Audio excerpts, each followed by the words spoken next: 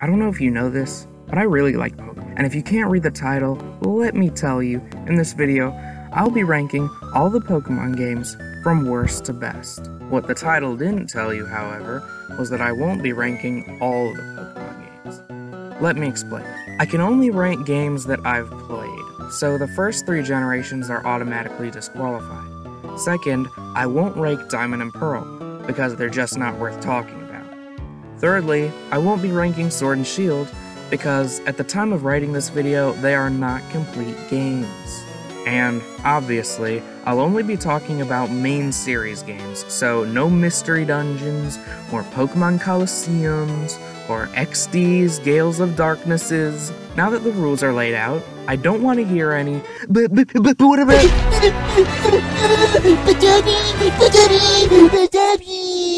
it's because of those reasons. So at the lowest on the list, I'm gonna have to say Oraz, and I don't think anyone's gonna disagree with me. This game is so painfully just below average that it makes me wonder why anyone likes the 3rd generation, or the Hoenn region, or anything related to this game in the first place. But people do like it, so there must be some reasons, and I'm gonna list them. Steven Stone is a damn good champion, as a character, not a final boss. New Mega Evolutions. I can understand why people would like the region so much. Rayquaza. Just Rayquaza. There's some really good lore in Sea Mauville. Honestly, it's the best part of the game. I had so much fun exploring and solving the puzzles to learn about what happened, but despite this, the game still has some dumb shit in it. And unfortunately, the dumb shit imbalances the good. The game's too easy. Way too easy. You agree. You can't tell me, honestly, look me in the eye and tell me this game isn't necessarily easy. You can't say that. Legally, you are not allowed to tell me that. The characters are forgettable. The only ones I remember that aren't Pokemon game staples are Wally, Roxanne, Watson, and that's it. This game is so boring. So yeah, 4 out of 10 would not play again. Yo! Next up is X and Y, and honestly, it's the same to me as Oraz, although the anime did help me a little, so I'm kinda biased on this one. Really though, it's just up to my mood. Some days I like Oraz more, some days I like X and Y more. You just happen to catch me on a day I like X and Y more. As for why specifically I don't like them, they're too easy. The entire 6th generation kinda suffered from this, and I don't really know why they made them this way. The characters are forgettable. What was my master's name? Huh? What was his name? Goku Jr.? Wrong answer! Not as much as Oraz. This is where the anime helped me, but I don't think that changes much. I still know nothing about any of the gym leaders except Clement, and I frequently forget that Diantha is even a character. Quick hot take though, Shauna and Tierno are really good characters and should have gotten more screen time, in the anime and the games. While that improves my opinion a little, there's no interesting stuff like Mauville to look forward to when playing. And now to address the Dom fan in the room.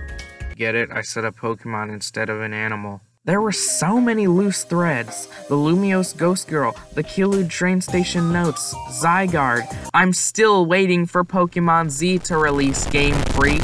I vividly remember when these games first released, browsing all over the internet, looking at theories and videos trying to piece together what any of it meant, and it would always end with, I guess we'll just have to wait for Pokemon Z.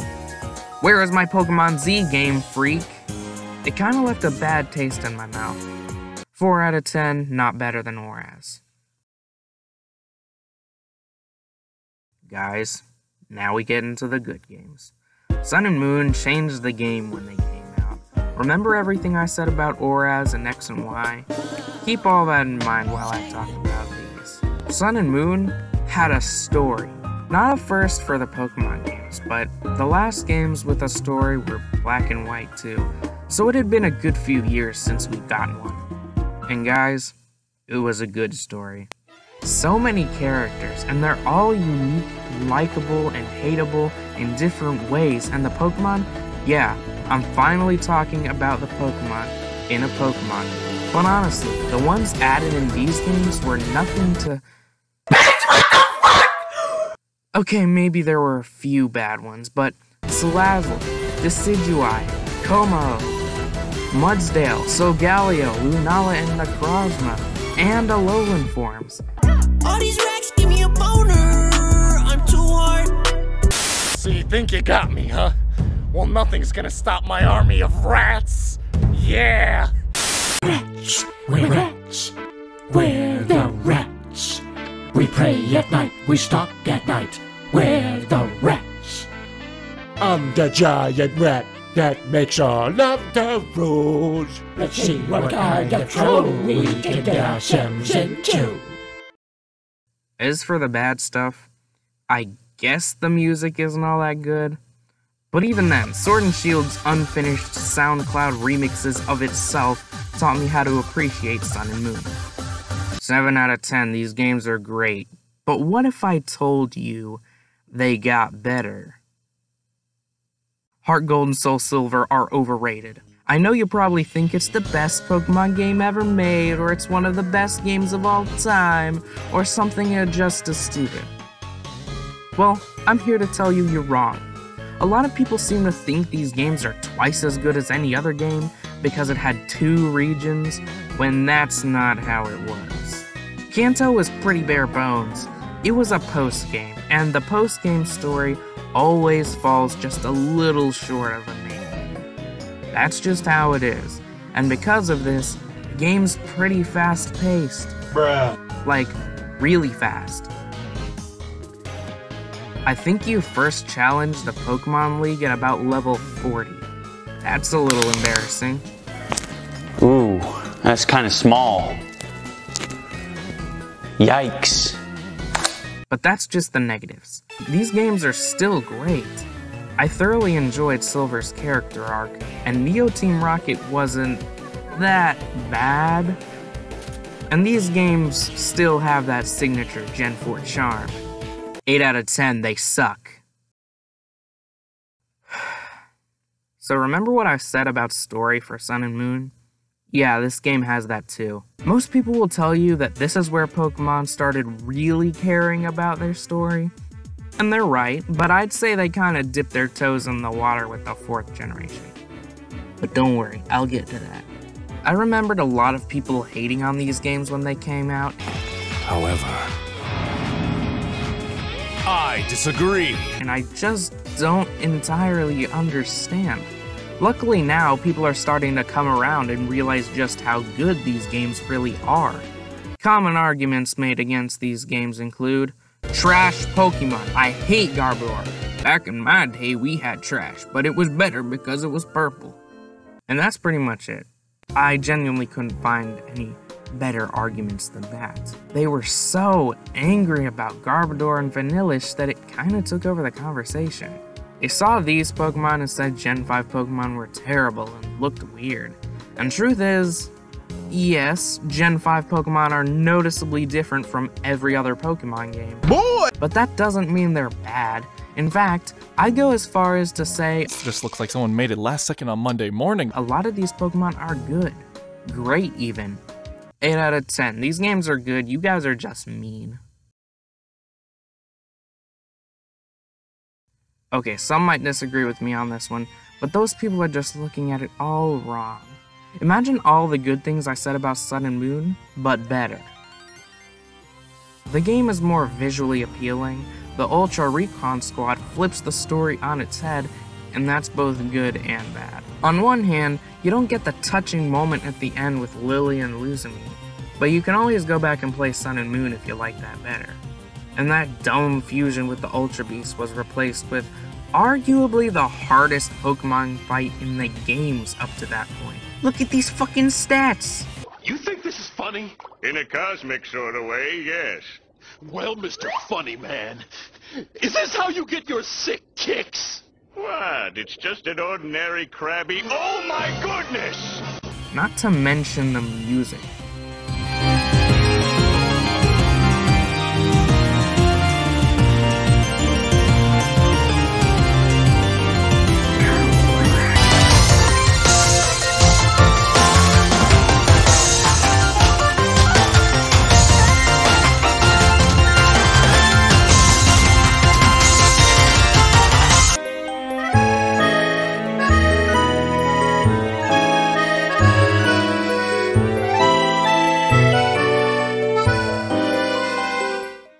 8.5 out of 10. If you like the story, play Sun and Moon. If you like cool shit, these games are for you.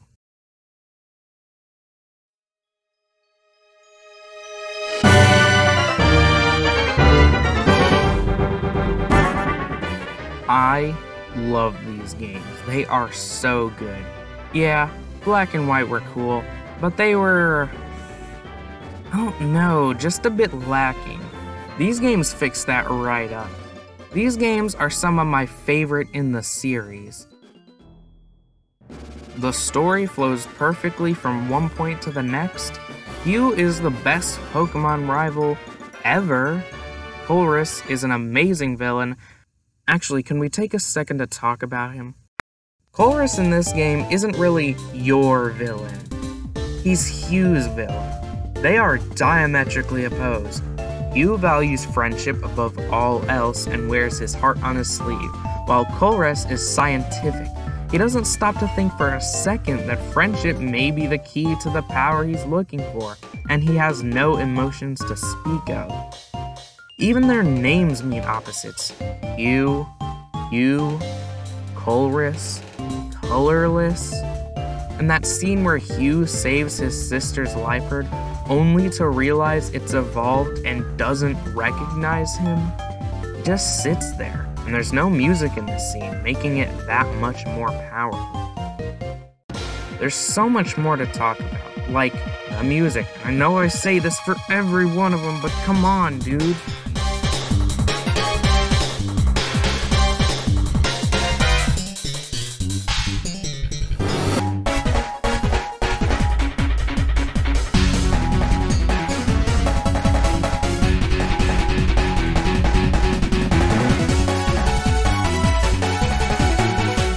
I'm sure I've made it pretty obvious what I think about this game's music.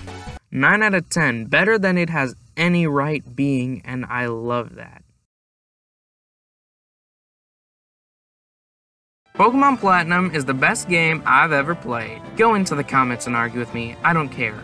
You're wrong. I won't read your comment. Or better yet, I'll just delete your comment. How's that? You know, let me tell you a story. I'd been sleeping on these games for way too long. I didn't even think they'd be worth caring about for the longest time, but one faithful day, I went to GameStop.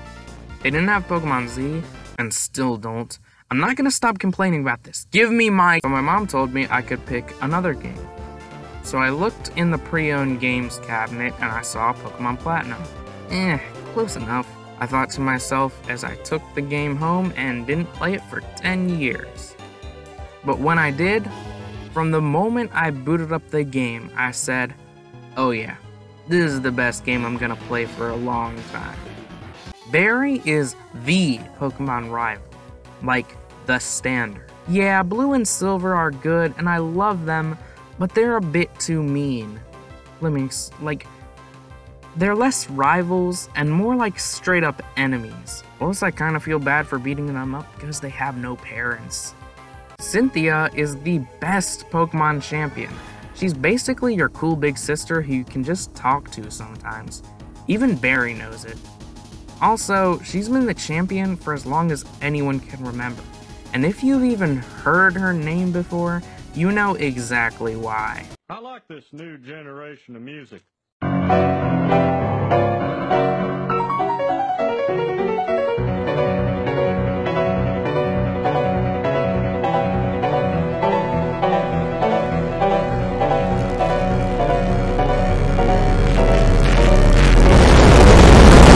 This game is hard, dude, and I really like it.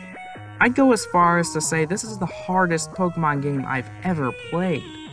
There's not a single part of the game that is not hard unless you're overleveled, which is cheating.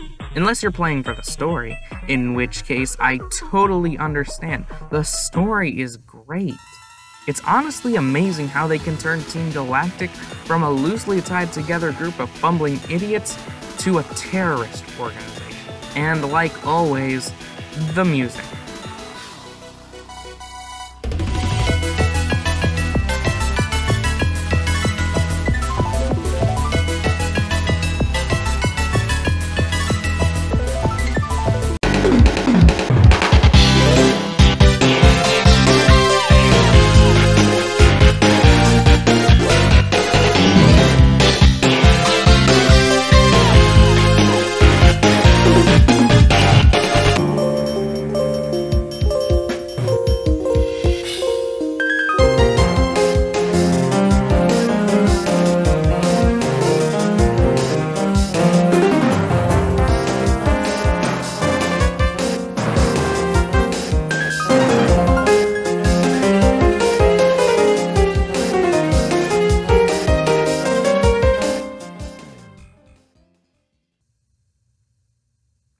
At the end of the day, it's just better than anything else.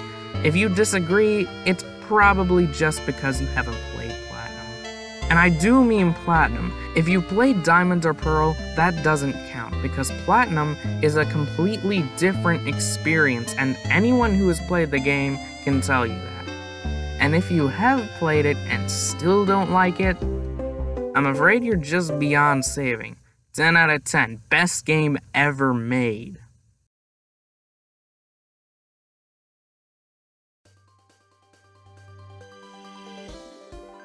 And that's it. All the Pokemon games ranked, except for a few I omitted for some arbitrary reason I don't feel like explaining again. Maybe I'll make another video in the future once I've played more or my opinions change drastically. But I don't see that happening anytime soon.